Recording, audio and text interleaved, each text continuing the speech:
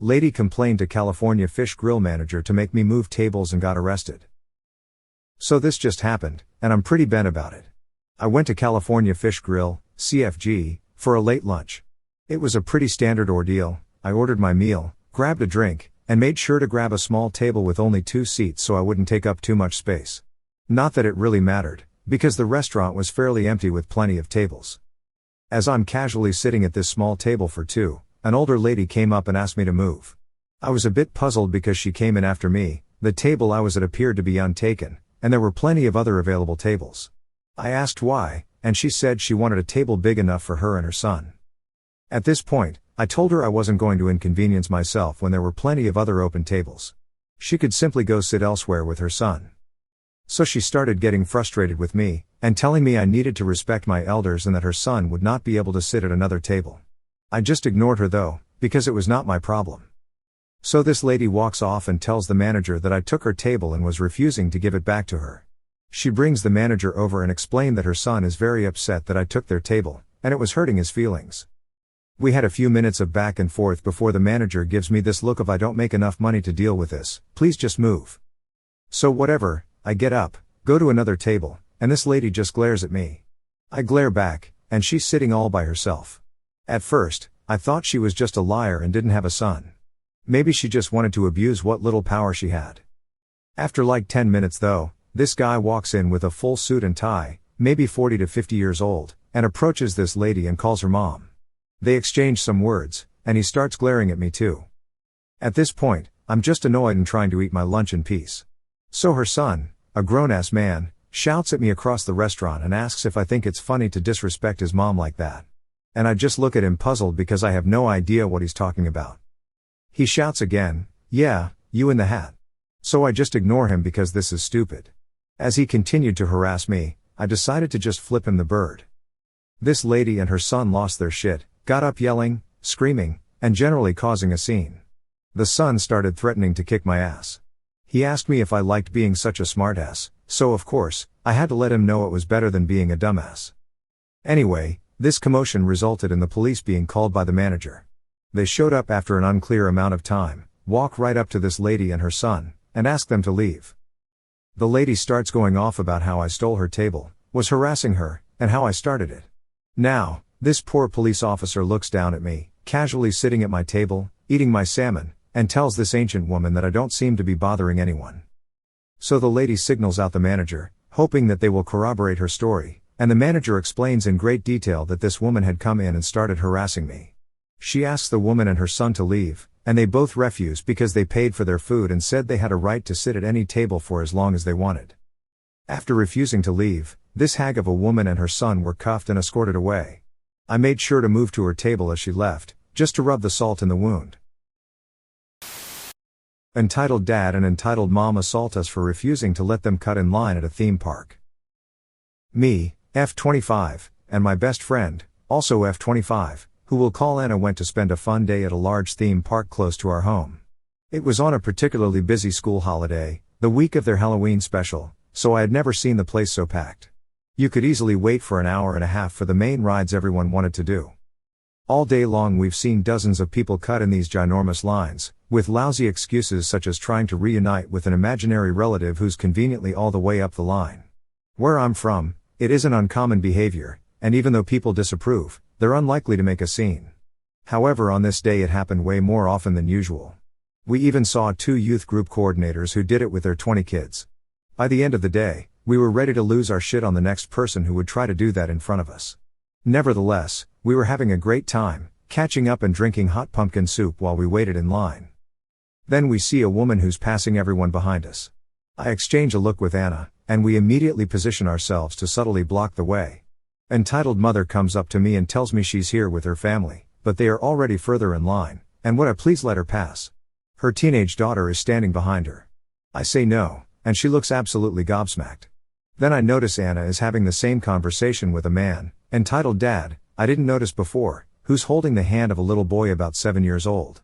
So we assume they're all together and conjointly tell them they're pushing it too far trying to cut the line as a group of 4. Entitled Mother then laughs faintly and tells me that they're not together, pretty certain it will help her case. It becomes apparent there are 2 different groups. But it is the last straw for us. 2. Different, entitled, parents, at the same time. I am ripe to make a scene. Anna and I tell entitled mother and entitled dad they can wait in line like the rest of us, and if the rest of their families are really further in the line, their relatives can wait for them.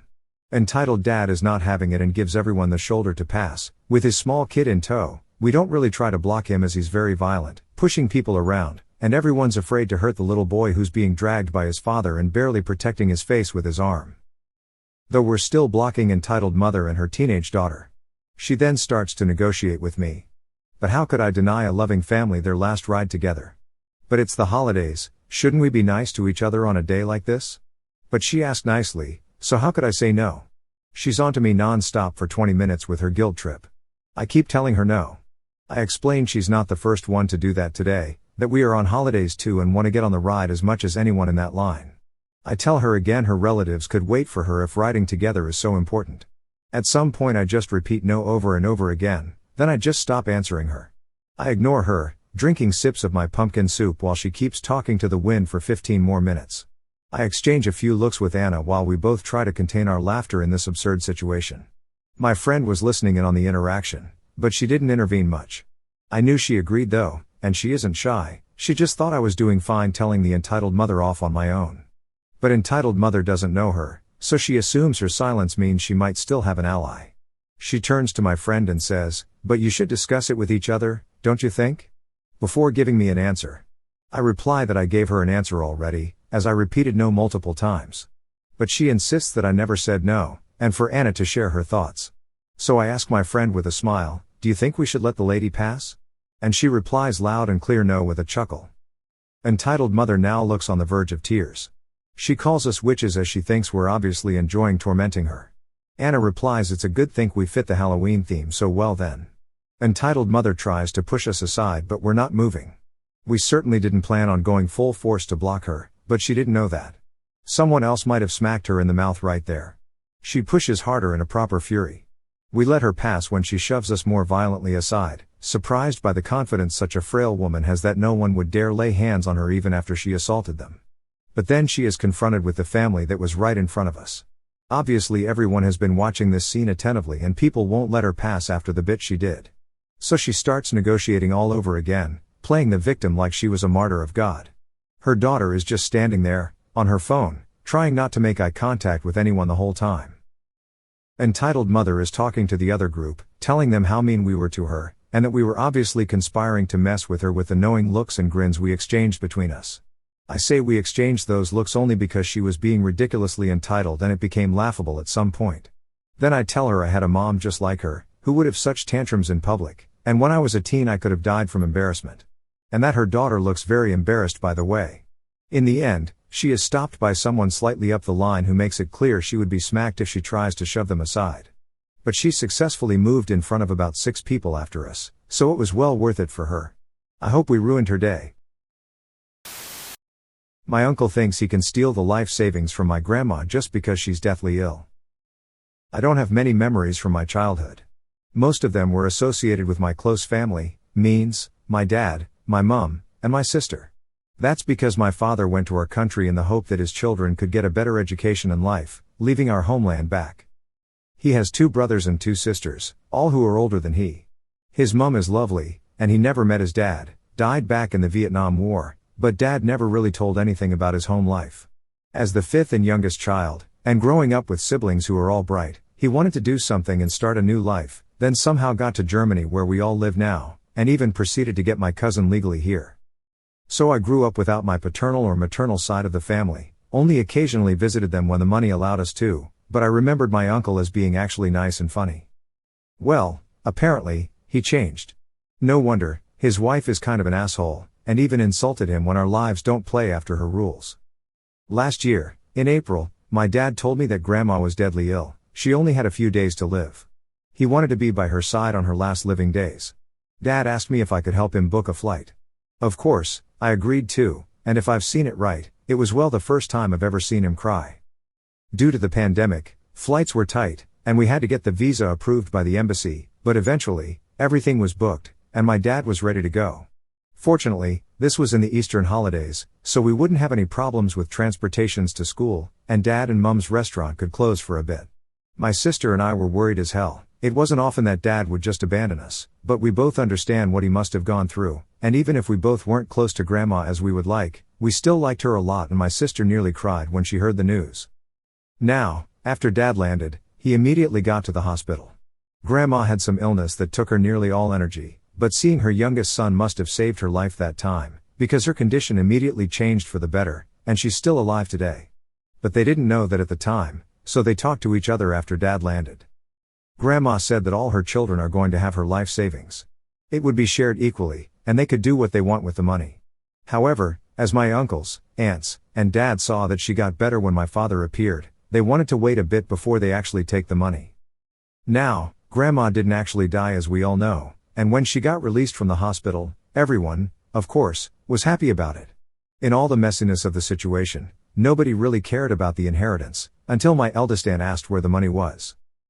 Everyone didn't know it wasn't in Grandma's possession anymore, and after a bit of asking, they found out from several sources that my uncle was the one who took it.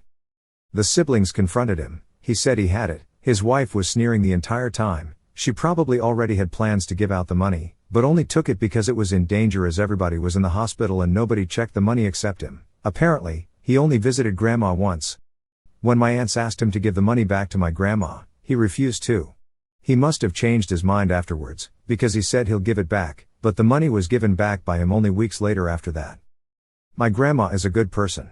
She forgave him for stealing her money. When she died, he would have probably kept it, as he is the eldest male here, arguing with his wife on their only visit in the hospital, and even for all the wronging he had done in the past, so he probably will receive his portion of the money. My father was a bit mad at that, but he kept his mouth shut. After that, my dad went back to Germany, and the story was told a year later to me when we were visiting Vietnam as a family again. I didn't see my uncle and my aunt-in-law the entire time, only on the second last day, because my dad was finishing business, and he needed the signature of my uncle.